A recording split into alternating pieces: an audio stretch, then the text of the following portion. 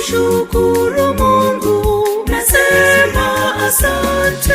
Nashukuru Mungu wangu mwema, mwenye huruma, umenitoa mbali nilipokosa tumaini. Nimerudi kukushukuru Mungu, nasema asante.